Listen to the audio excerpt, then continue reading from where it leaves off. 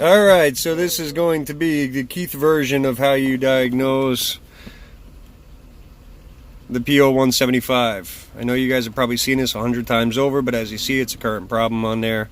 If I go back in there, take a look at that fuel trim data, I see -29, -28. I'm working on a 2008 Chevy Suburban with a 5.3. It's got the LC9 motor in it.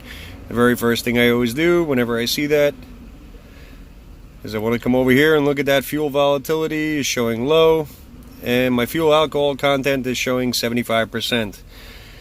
Hit exit, and exit again, and then we're going to go into special functions, and then we're going to go into fuel system, and then we're going to go into fuel composition reset. This is going to reset the fuel alcohol value, so we're going to turn the key off, turn the key back on. I'm going to hit that button and smack that reset button. Reset button brings it back down to 3%.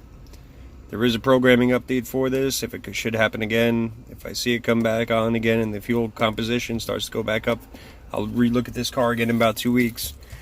But if I see it going back up, oh, there we go. See that? That right there is GM's way of letting you know that the battery is not up to snuff. Now that car was just running.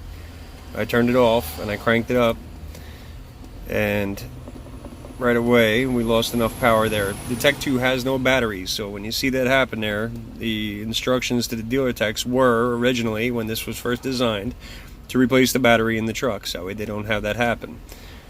That's supposed to be their little indicator. So 5.3 VIN C, we're going to go back into engine control module, going to go back into data display, back into fuel trim data.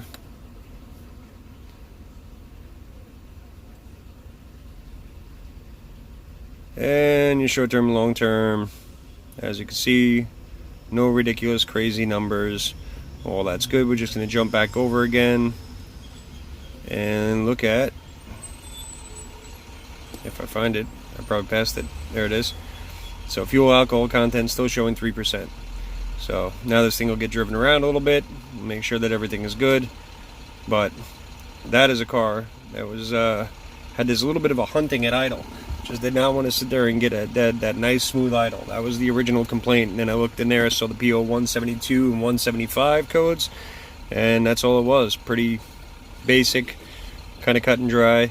You know, it's not something to overlook there. Just, you know, if you see those rich codes, the very first thing you want to do is hop right in there and take a look for that fuel alcohol content.